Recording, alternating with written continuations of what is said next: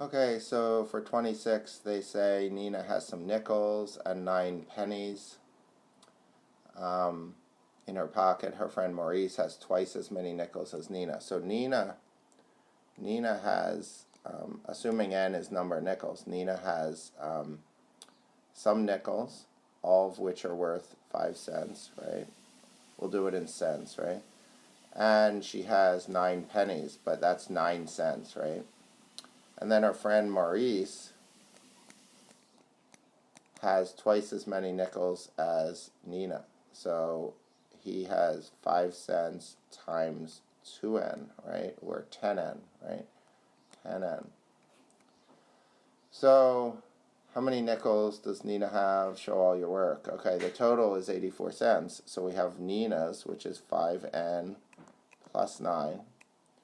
And then plus Maurice's, right? Maurice's is 5 times 2n, or 10n.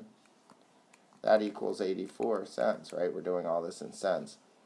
So we have like terms, 15n plus 9 equals 84. So 15n equals 75, right? And then we divide by 15, right? And we get n equals 5. So Nina